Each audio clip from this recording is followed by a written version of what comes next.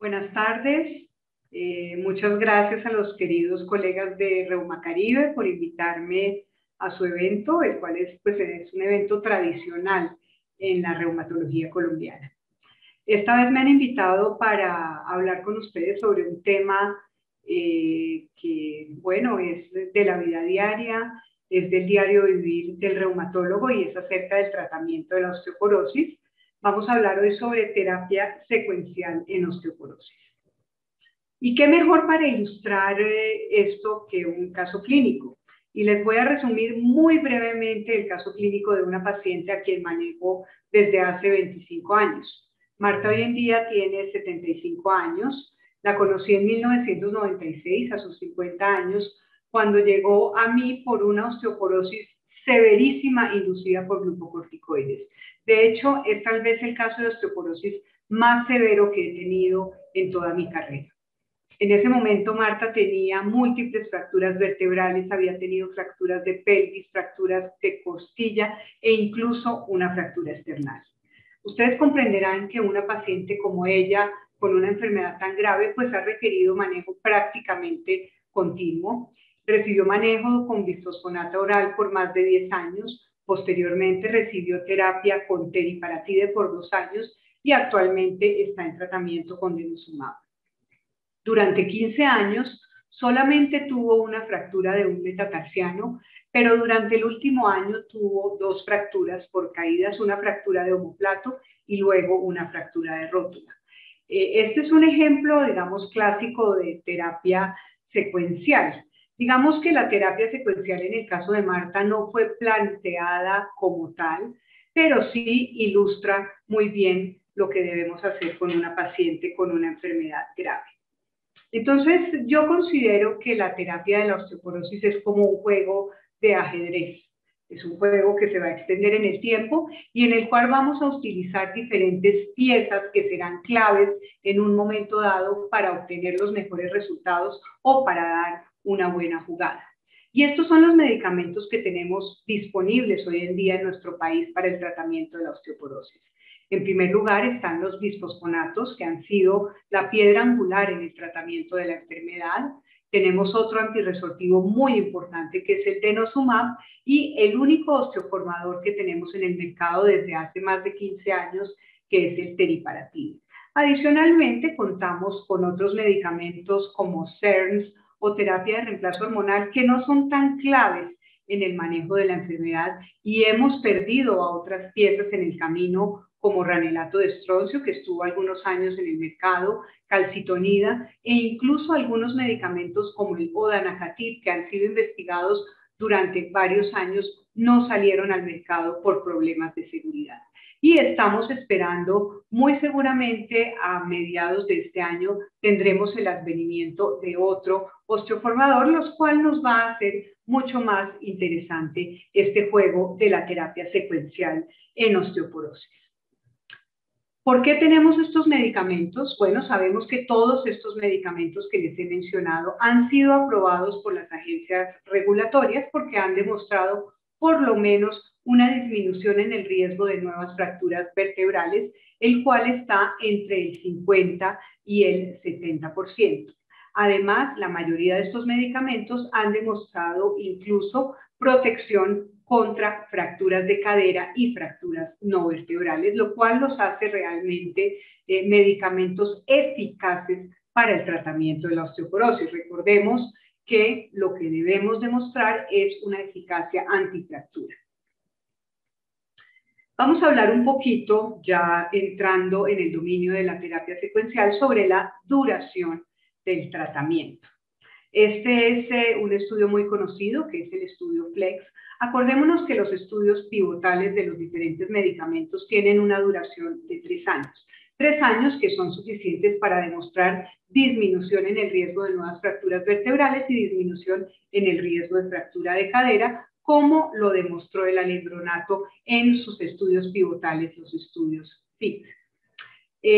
Cuando se hizo la extensión, en esta extensión, un grupo de pacientes continuó con el alendronato durante 5 años adicionales y otro grupo de pacientes de este mismo grupo FIT continuó sin el medicamento. ¿Qué ocurrió en los pacientes que no continuaron con el medicamento durante los 5 años adicionales? Hubo un incremento en las fracturas vertebrales clínicas, no hubo incremento en las fracturas morfométricas y en las no vertebrales. Vamos a hablar entonces, tal vez los resultados son un poquito más concluyentes con la extensión del estudio Horizon. 1.233 pacientes de las 7.000 aleatorizadas inicialmente en la fase pivotal fueron aleatorizadas para continuar con el ácido zoledrónico por 6 años, que fueron Z6, y la mitad, 617 pacientes, el grupo Z3P3, recibieron placebo durante los 3 años siguientes. Miren aquí el comportamiento de la densidad mineral ósea, que podemos ver acá, como el comportamiento de los bisfosfonatos. Hay inicialmente un incremento hasta los 3 años, posteriormente una meseta, tanto esto es en cuello femoral y esto es en cadera total. Hay una meseta entonces después de los 3 años, pero indudablemente las pacientes que recibieron el tratamiento hasta por 6 años tuvieron una reducción en la incidencia de nuevas fracturas vertebrales morfométricas. No hubo diferencia entre ambos grupos en las fracturas no vertebrales a 6 años. Entonces, indudablemente, este estudio permitió que se tomara la indicación de ácido zoledrónico hasta por 6 años en pacientes que lo requieran.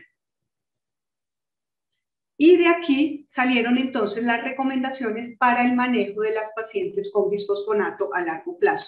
No viene al caso, porque es otro tema muy grande, hablar de los efectos adversos bien conocidos, rarísimos, con los bifosfonatos con tratamientos a largo plazo. Entonces aquí este es un algoritmo en el cual debemos escoger y tomar la decisión de qué hacer cuando un paciente ha recibido un bifosfonato oral por 5 años o un bifosfonato intravenoso por 3 años. Dependiendo entonces del valor de densidad mineral ósea, si es mayor o menor de menos 2.5 en cadera, o dice si hay un alto riesgo de fractura, se tomará la decisión de continuar el bifosfonato hasta por 10 años o cambiar a una terapia alterna, es decir, una terapia secuencial, o considerar unas vacaciones del medicamento con una reevaluación periódica que se deberá hacer cada 2 a 3 años. Las vacaciones entonces existen para los bifosfonatos, se recomiendan para cuando manejamos los pacientes con bifosfonatos a largo plazo, pero no así para el tratamiento con denosumab, que sabemos su estudio pivotal duró 3 años, pero tiene un estudio de extensión que duró 7 años adicionales, consolidando así un estudio a largo plazo de 10 años con este medicamento. Podemos ver el comportamiento densitométrico diferente del denosumab, en el cual no observamos esa meseta durante 3 años, ese ascenso durante 3 años con posterior meseta, sino un incremento continuo, como podemos ver aquí en columna lumbar, en cuello femoral y en cadera total.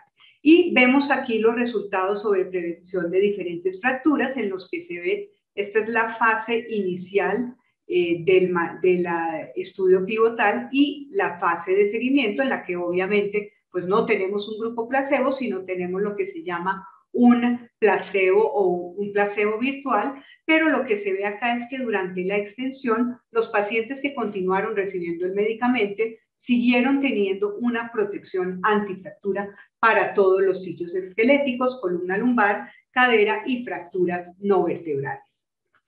Este es un esquema de tratamiento a largo plazo de nuestro consenso de la Asociación Colombiana de Osteoporosis y Metabolismo Mineral, en el cual tomamos en cuenta todas las consideraciones para determinar el esquema de tratamiento a largo plazo y para determinar lo que llamamos la terapia secuencial. Como podemos ver acá, entonces vamos a entrar ya en materia a hablar de terapia secuencial. Entonces, ¿por qué tenemos que hacer una terapia secuencial? Puede ser porque un medicamento no resulta ser eficaz, puede ser porque hay un evento adverso o el riesgo de presentar este evento adverso, o porque definitivamente la enfermedad es muy severa, un paciente como Marta que va a requerir un tratamiento a largo plazo, incluso de por vida, como le tocará a ella. Vamos a hablar entonces de los escenarios de la terapia secuencial.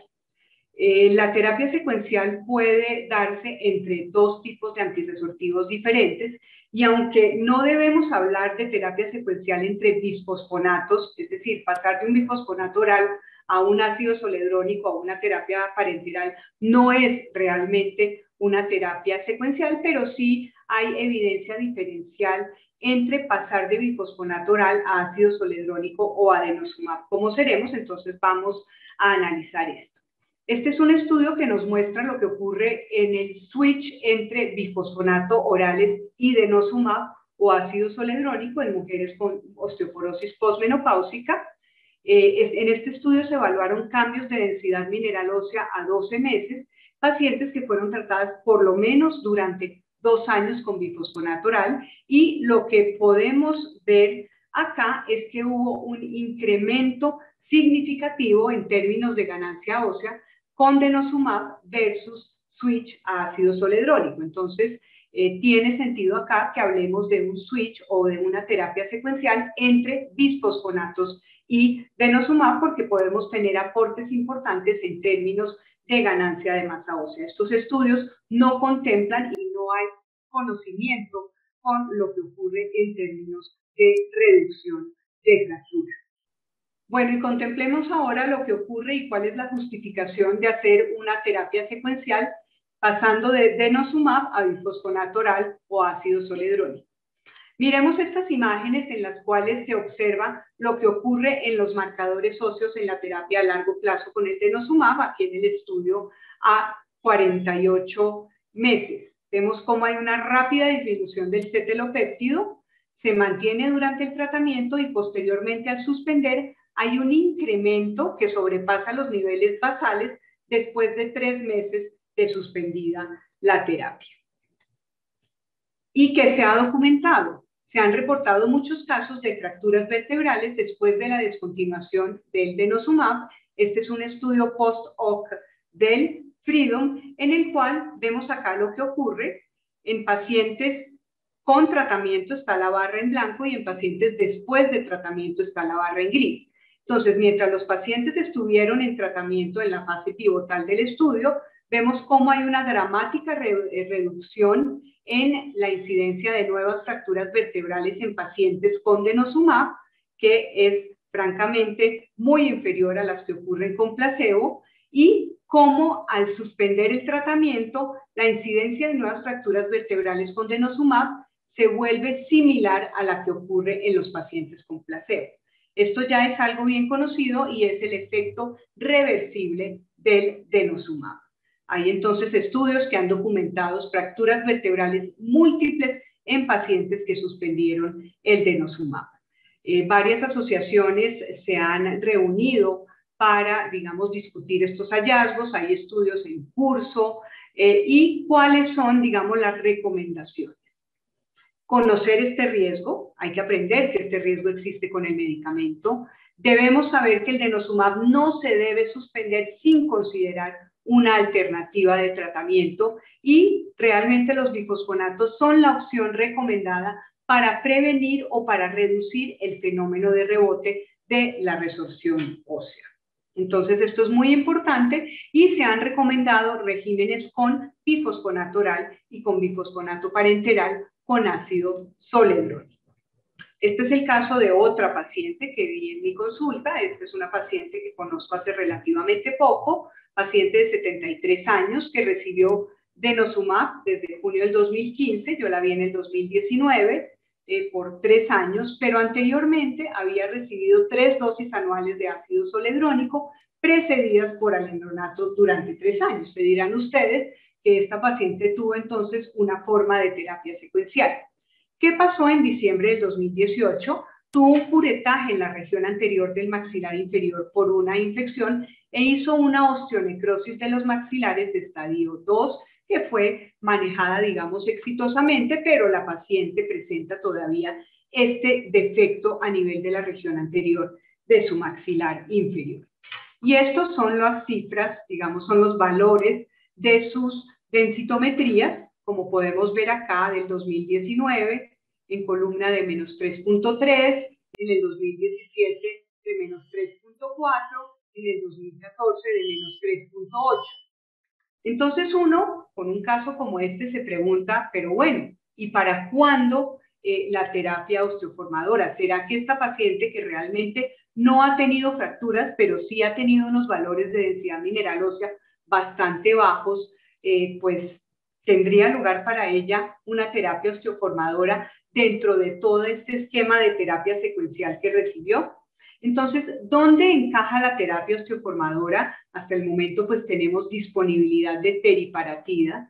Entonces, la terapia osteoformadora debe considerarse o después de una falla de antirresortivos, seguida posteriormente de un tratamiento con antirresortivo, o como terapia inicial para pacientes naïf en pacientes con muy alto riesgo de fractura y que ya presentan fracturas por fragilidad. Este es un estudio muy conocido, es el estudio EUROFORCE, en el cual se evaluó lo que ocurre después de un año de teriparatide, continuar con teriparatide o pasar a una terapia secuencial con raloxifeno, que es otro antirresortivo.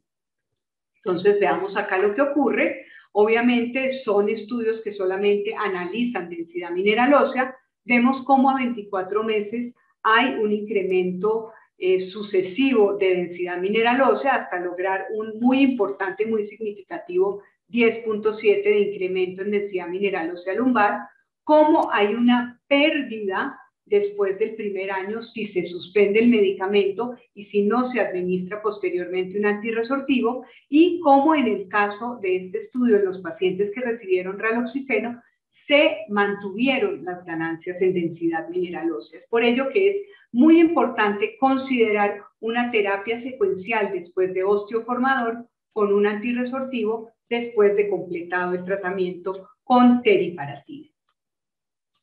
Y este es un metaanálisis que considera o que analiza los efectos de la terapia secuencial para evaluar las ganancias en densidad mineral ósea.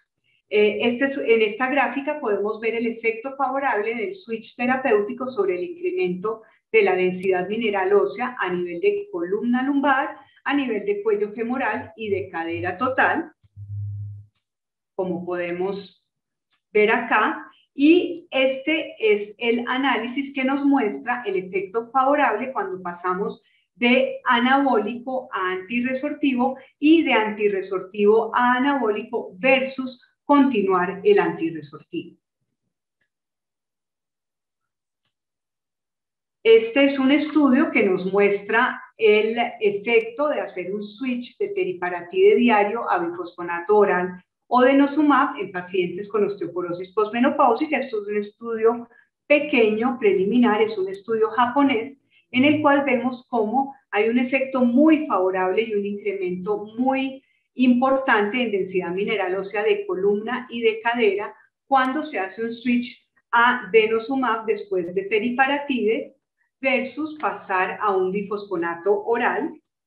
Y este es un estudio bastante conocido, que es el estudio DATA Switch, que tiene una duración de 2 años. En los 2 primeros años los pacientes recibieron teriparatide o denosumab y posteriormente se hace lo que se llama un crossover para los años 3 y 4 a recibir, los pacientes de teriparatide recibieron denosumab y los pacientes de denosumab recibieron teriparatide. Es un estudio pequeño de 94 mujeres con osteoporosis posmenopáusica, pero que nos muestra datos muy importantes.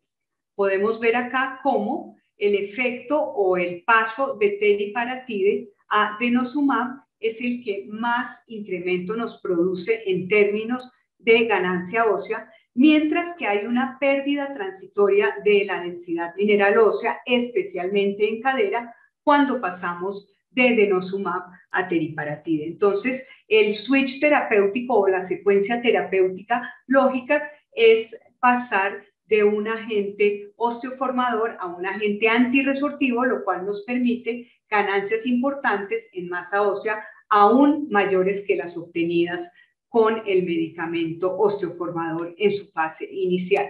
Entonces, cuando ya vamos a hablar volvemos a nuestro caso clínico, perdón, si tuviéramos a Marta hoy en día y no a Marta hace 25 años, cuando realmente no teníamos prácticamente tratamiento, en ese momento acababa de salir el alendronato al mercado, ¿cómo trataría o cómo abordaría el tratamiento de una paciente tan complicada como Marta si fuera su paciente en el 2021?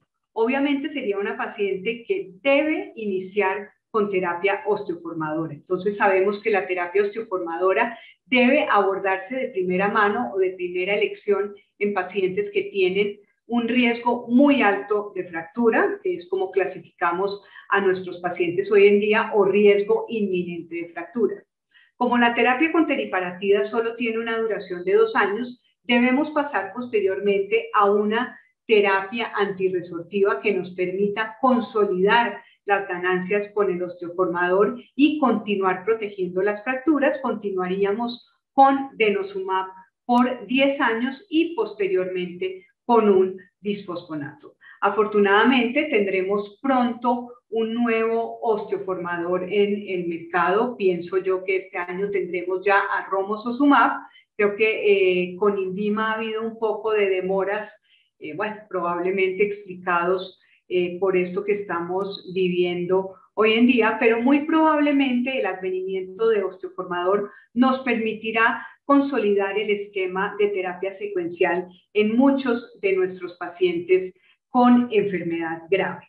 Y tengamos en cuenta esto, que es un algoritmo para el manejo de pacientes con riesgo bajo, alto y muy alto de fracturas por osteoporosis para permitirnos utilizar mejor los elementos que tenemos para la terapia farmacológica. Tenemos pacientes, los pacientes obviamente con bajo riesgo, se puede considerar tratamiento como terapia de reemplazo hormonal y SERMs, y hablamos de pacientes de bajo riesgo, mujeres jóvenes que todavía están muy cercanas a la menopausia y en quienes probablemente la mejor elección será hacer una terapia preventiva.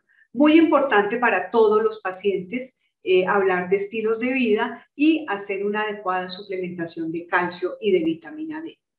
En pacientes con alto riesgo, la recomendación en esta publicación es iniciar con inhibidores de la resorción ósea y posteriormente, de acuerdo a la evolución, evaluar si requerirán de una terapia secuencial, si de acuerdo a esto se podrán hacer vacaciones de bisfosfonato, ya la evolución dependerá de cada paciente.